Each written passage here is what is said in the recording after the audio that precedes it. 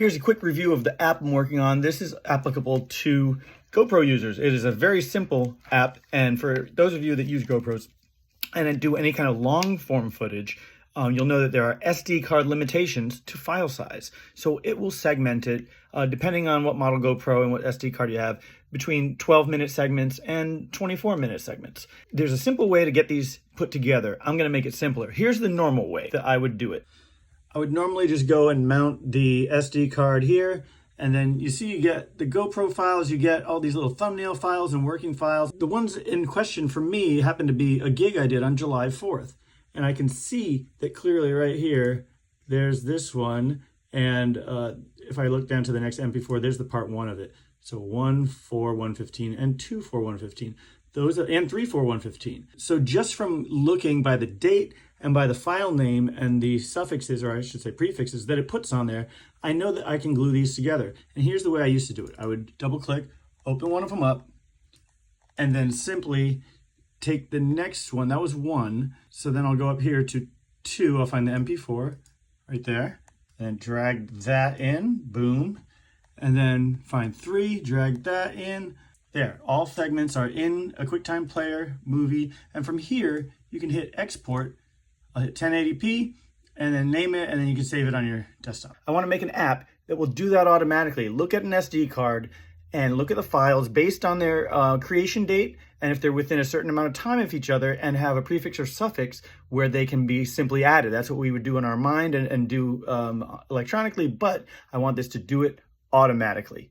I'm messing around with ChatGPT and actually now Claude. Claude is a way better coder than ChatGPT. To make this product, I usually open up, I'll have Claude on one side, I'll have Xcode on another side. Xcode is the Mac programming where you can make an app. And I knew nothing about Xcode. I did not know how to use it. I can ping Claude or ChatGPT or whatever and have it kind of walk you through steps to make your app. It will, hold your hand for a while. And in doing this over many, many iterations and bug fixes, I've learned how to use the app, at least as far as I need to for this project. I figured I'd start with a simple project like this. Check it out. So there's Claude on one side, all the things I've asked it to do, code snippets and stuff. And then over here in Xcode is where I have a good 1400 line program, and it will compile it, it will bug fix it, it'll do all that stuff for you. And when I run this, I'll hit run. Let's see what it does. It should compile and run. It's thinking about it. Build succeeded. And is it going to pop up? There it is. So there's my program. Nothing flashy, just very basic. It's called GoPro Video Merger, ready for your GoPro videos. Drag your GoPro video files here to get started. So what I'm going to do is, it says drag folders there. So I can literally drag this here, GoPro folder, right into it. And it's going to do, like I said earlier, it's going to find different things that can be grouped together. There's a couple files totaling 50 minutes about, and it tells me what date and what times they were created. So I was looking for these gigs I did on July 4th and July 3rd. And one is 3 files, the other is 3 files. They both are about an hour and 13 minutes. So I am going to select that one and that one. Then down here, you have output settings. I've set it up where you can use different processing and intensity. So this would be maybe a little slower on the Mac. This will be faster, but it may run hot. I usually keep it right about there. If you want more details about the pros and cons of those settings, they're right there for you. Then here is the output. Now I could have made a bunch of different styles of what kind of output I wanted. I prefer H.265, and so I made a couple ones. I made one at 10 megabits per second. That's the highest quality. You can go higher. You lose a little detail here, but you save a shit ton of disk space.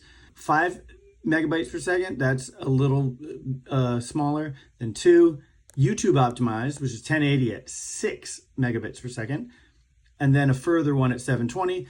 This last one's very interesting. That's merge only, no re-encoding. It's very quick because it doesn't have to re-encode the videos. It just literally glues them together. You'll end up with giant file sizes, however. So H.265 is my favorite. 10 megabits per second, highest quality. That's it. And now when I hit merge, it's going to ask me to save them. And it was 2 files, so it came up with 2 different dialog boxes. The reason why I have them both come up at the same time is so that when I hit save, or it says done, it doesn't have to wait for one to complete before I have to name the other one. So it's doing everything in the background now. It's literally processing, merging GoPro 1 of 2, and it will have this progress bar that will fill as it goes. Pretty easy.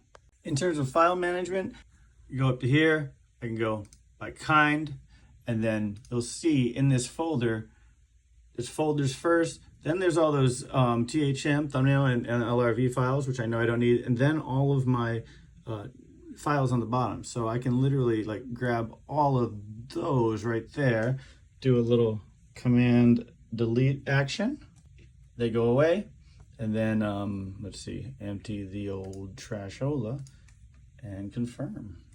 Bam. So that cleaned things up, and then I can go back to date modified. In fact, if I did that first, it would have been a lot cleaner to see these files.